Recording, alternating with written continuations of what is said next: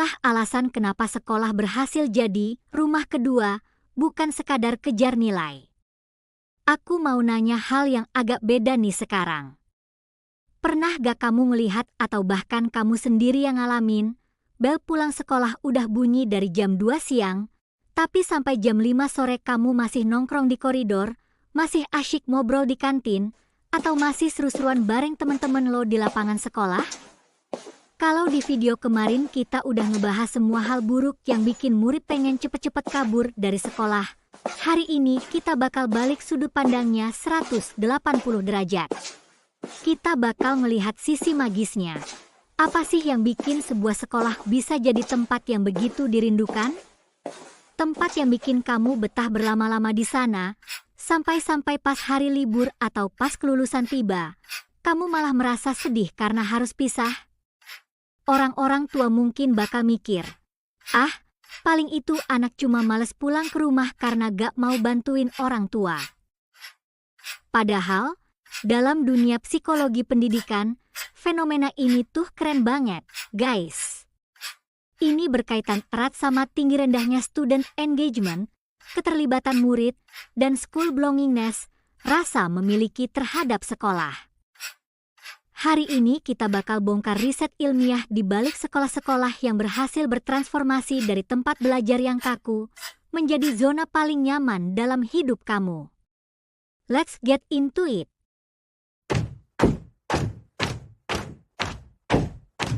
Ketika sekolah berubah menjadi komunitas. Di dunia riset pendidikan, sekolah yang bikin kamu betah itu punya satu istilah khusus, yaitu memiliki positif school climate alias iklim sekolah yang positif. Sekolah tipe ini gak cuma fokus ngisi otak kamu karena rumus-rumus buat ujian, tapi mereka juga mikirin gimana caranya biar jiwa kamu merasa aman. Ada sebuah penelitian monumental yang ditulis sama Karen F. Osterman pada tahun 2000. Dia meneliti konsep yang namanya sense of community di sekolah.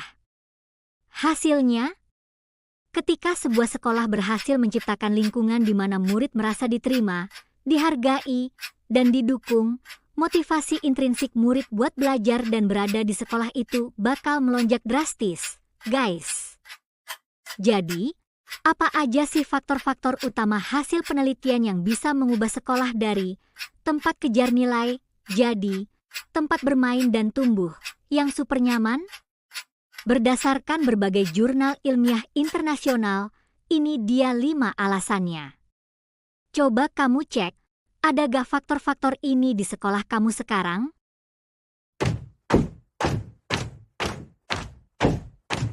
Pertama, hubungan sosial yang kuat suportif, peer and culture support. Faktor nomor 1 yang bikin kamu betah di sekolah, bukan gedung sekolahnya yang megah bak istana, bukan juga fasilitasnya yang serba digital, tapi orang-orang di dalamnya. Tepatnya, hubungan sosial yang kuat dan suportif.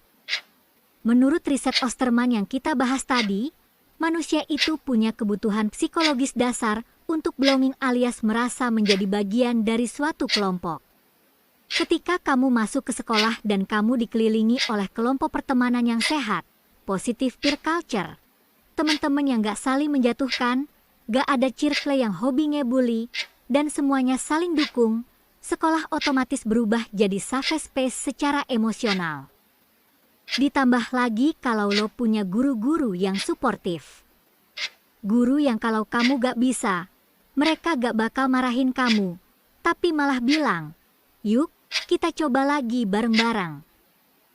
Ketika kamu tahu kamu disukai, diterima apa adanya, dan didukung oleh teman serta guru kamu gak bakal melihat sekolah sebagai beban. Sekolah berubah jadi tempat bersosialisasi yang menyenangkan.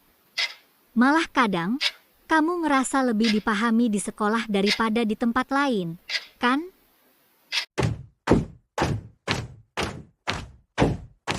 Kedua, tersedianya kegiatan ekstrakurikuler yang menarik dan inklusif.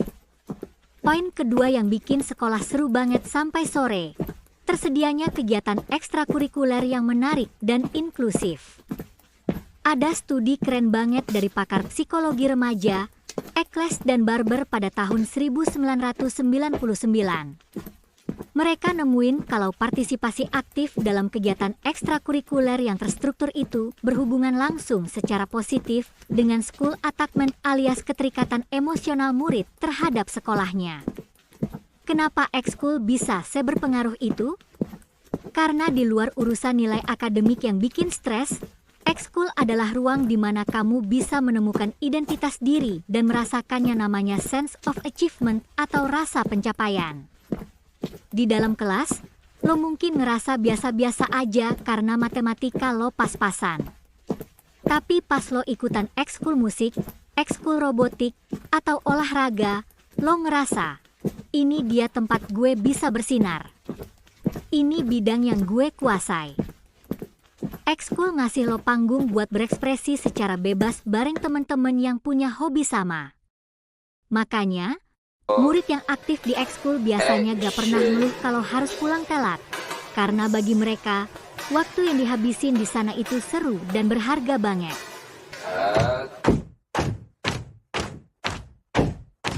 Ketiga, metode pembelajaran yang interaktif berpusat pada murid, student-centered learning. Poin ketiga, metode pembelajaran yang interaktif dan berpusat pada murid atau student-centered learning.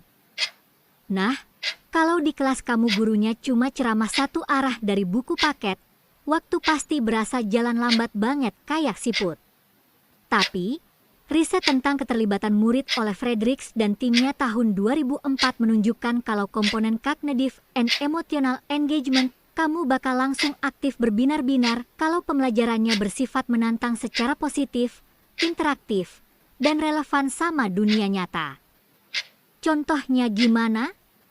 Sekolah yang pakai metode project-based learning, pembelajaran berbasis proyek, diskusi kelompok yang seru, eksperimen langsung di lab, atau sesekali belajar di luar kelas, outdoor learning. Ketika kamu dilibatkan secara aktif buat mikir, nyoba, gagal, dan berhasil nemuin solusi bareng kelompok kamu, otak kamu bakal memproduksi hormon dopamin, hormon yang bikin kamu ngerasa senang dan penasaran. Rasa ingin tahu kamu terstimulasi dengan cara yang asyik. Hasilnya, kamu bakal kaget pas tiba-tiba bel pulang bunyi, karena saking asyiknya belajar, waktu berasa jalan cepet banget.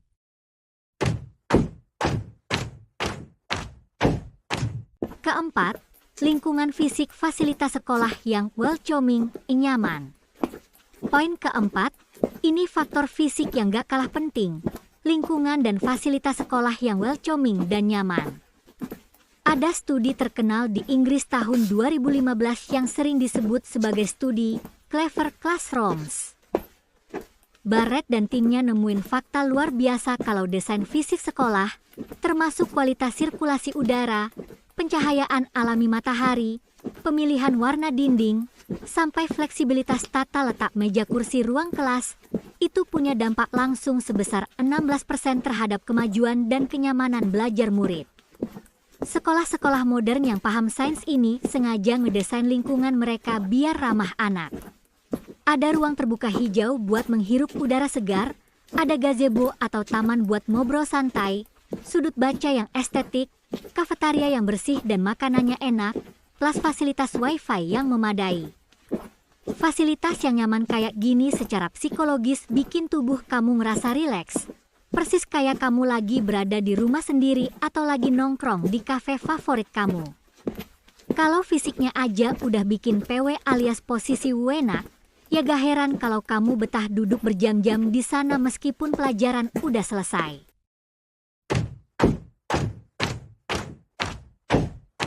Kelima, adanya otonomi suara murid yang didengar, student voice autonomy. Faktor kelima, dan ini yang paling bikin kamu ngerasa punya power, adanya otonomi dan suara murid yang didengar, student voice and autonomy. Dalam dunia psikologi, ada teori yang sangat terkenal namanya self-determination theory oleh Deci dan Ryan.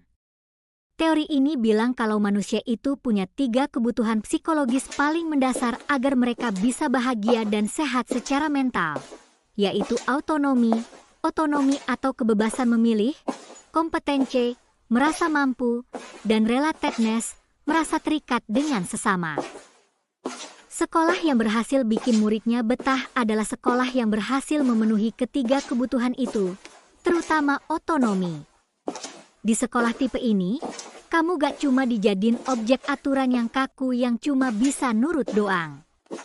Tapi kamu diberikan ruang buat bersuara, student voice, dikasih kebebasan buat bikin proyek mandiri, atau dikasih kepercayaan penuh buat mengorganisasi acara-acara besar sekolah kayak pensi, kompetisi olahraga, atau bakti sosial. Ketika sekolah mendengarkan ide-ide kamu dan mempercayakan kamu buat ngambil keputusan, rasa kepemilikan kamu terhadap sekolah bakal naik drastis. Kamu bakal ngerasa, sekolah ini adalah bagian dari hidup aku, dan aku bangga ada di sini.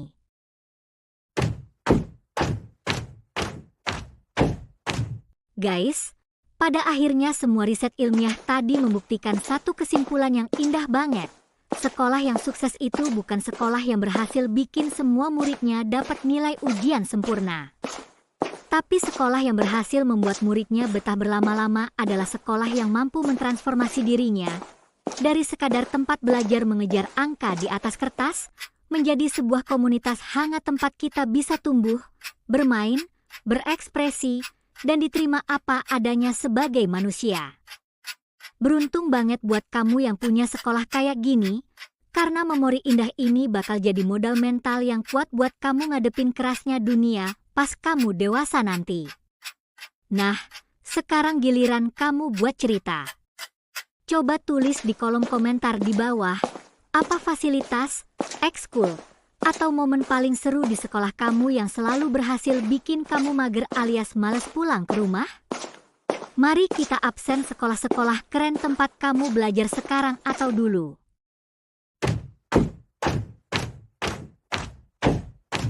Klik video yang muncul di layar kamu sekarang buat langsung nonton pembahasan penting itu. Klik like kalau kamu cinta sama sekolah kamu. Dan pastikan buat klik subscribe biar kamu gak ketinggalan tips-tips seru seputar pengembangan diri anak muda lainnya. Aku pamit, tetap produktif, nikmati masa sekolah kamu, dan sampai jumpa di video berikutnya.